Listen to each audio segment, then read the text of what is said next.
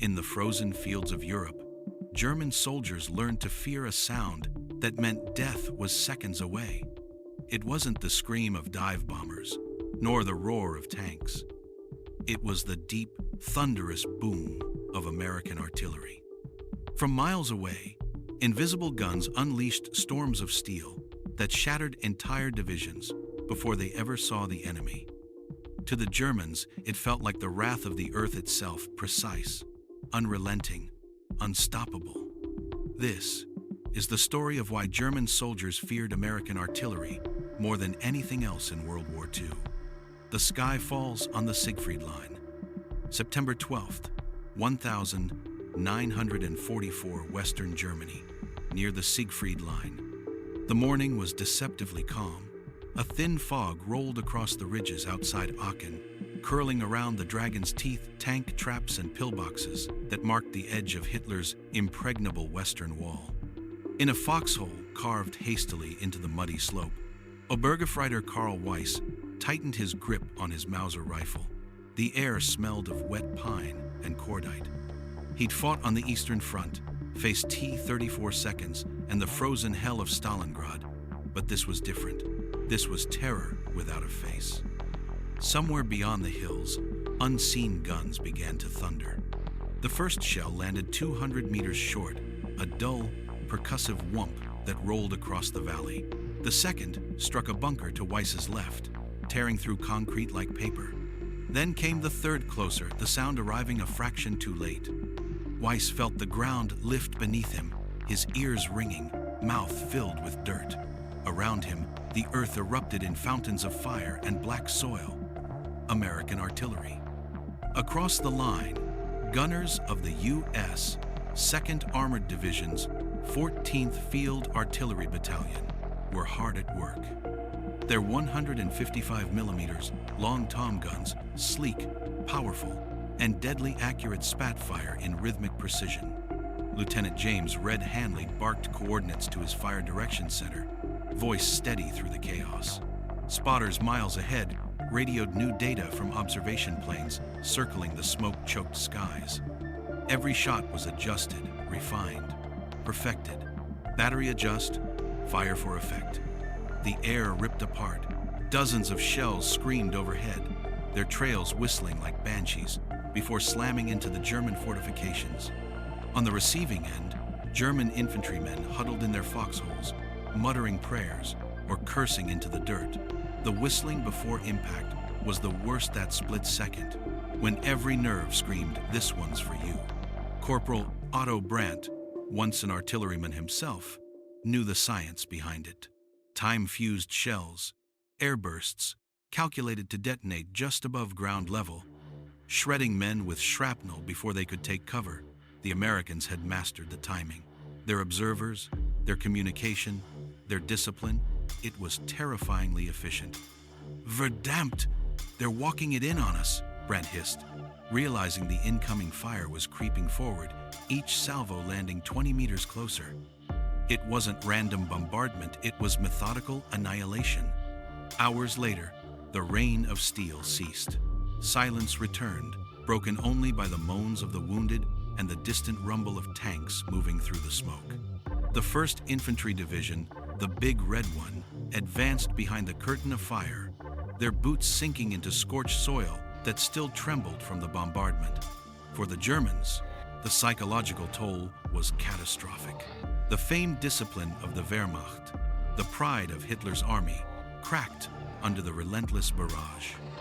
Artillery fire was impersonal, unstoppable, and unrelenting. It didn't discriminate or duel. It simply obliterated. Captured reports later revealed that German officers ranked American artillery as the most formidable threat they faced. Not the Sherman tanks, not the P-51 Mustangs, not even the Allied bombers, but the unseen thunder that turned strongpoints into graveyards before a single rifle fired. In his post-war debrief, Wehrmacht Captain Friedrich Müller recalled, "When the American guns opened, we ceased to exist as soldiers. We became frightened animals, digging into the earth, waiting for the sky to fall." And fall it did, from the hedgerows of Normandy to the Ardennes. U.S. artillery shaped the battlefield, not just by destruction, but by terror. The American way of fire: precision, power, and panic. December 17th, 1944, the Ardennes Forest, Belgium. A bitter wind cut through the pines as the Battle of the Bulge roared to life. Snow muffled the crackle of gunfire, but nothing could silence the thunder of American artillery.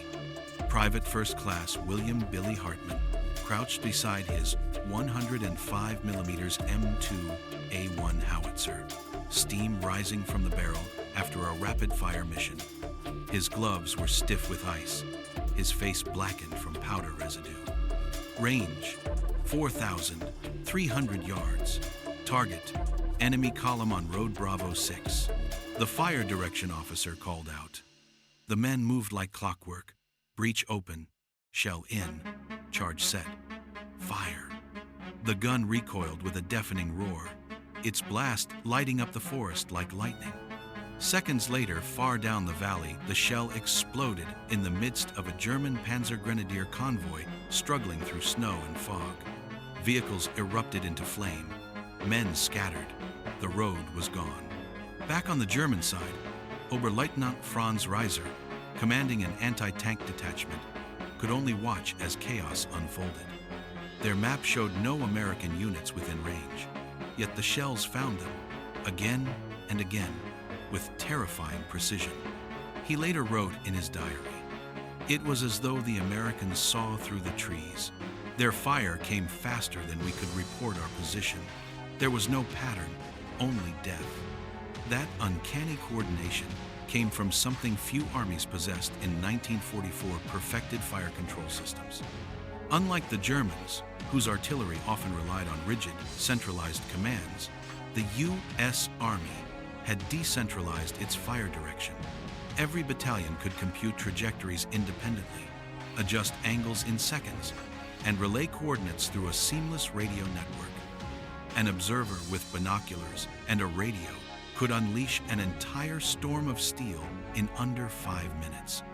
By late 1944, American forward observers were calling in what the Germans nicknamed the time on target strike. Multiple artillery batteries scattered across miles calculated the exact firing time so that every shell arrived simultaneously. The result? A single, instant cataclysm. No warning, no ranging shots, just destruction. One German prisoner, interrogated after the Falaise pocket, confessed, "The worst was your artillery. We never knew when it began, only that when it did, everything ended." The U.S. didn't rely solely on brute force. It relied on mathematics and coordination. Each gun crew, from the 105mm to the heavy 155mm Long Tom, operated within a system that fused technology with training. Maps were gridded to the inch. Ballistic tables were memorized. Radios linked infantry, armor, and artillery into a single organism. When an American infantry platoon came under fire, a sergeant could key his handset and say, "Fire mission grid 217 to 640, and within minutes, dozens of shells would be raining down. It was this responsiveness, this terrifying speed, that shattered German morale. By the time of the Battle of Aachen, entire Wehrmacht units surrendered after prolonged bombardment, their officers reporting complete loss of cohesion and panic reactions among even elite troops. The endless thunder, the vibration through the ground, the sense that the enemy could summon fire from nowhere, it broke the will to fight. And then came the M1 155mm Howitzer, the workhorse of the U.S. Artillery Corps. It hurled 40-pound shells over 9 miles, flattening bunkers and forests alike. Its fire rate, up to 4 rounds per minute with trained crews, created rolling barrages that consumed entire landscapes. The Germans had feared Soviet Katyusha rockets for their volume, but they feared American guns for their accuracy. In the aftermath of the war, General Heinz Guderian, architect of Blitzkrieg, privately admitted that the Allies' artillery, particularly that of the Americans, achieved a technical and tactical superiority that nullified our maneuver warfare. By 1945, the thunder of American guns had become the prelude to every offensive, the sound that announced the end of another Nazi stronghold. From Normandy's beaches to the Rhine's banks, it was not just the infantry or armor that broke the German army. It was the unrelenting rain of steel and fire that came before them. As historian Stephen Ambrose later wrote, the GIs advanced because their artillery cleared the path. Every crater in Europe is the footprint of American power. When Karl Weiss, that same weary German soldier who survived the Siegfried Line, was captured in the spring of 1945, he told his American interrogators something they never forgot. "When your guns spoke," he said quietly, "God himself went silent."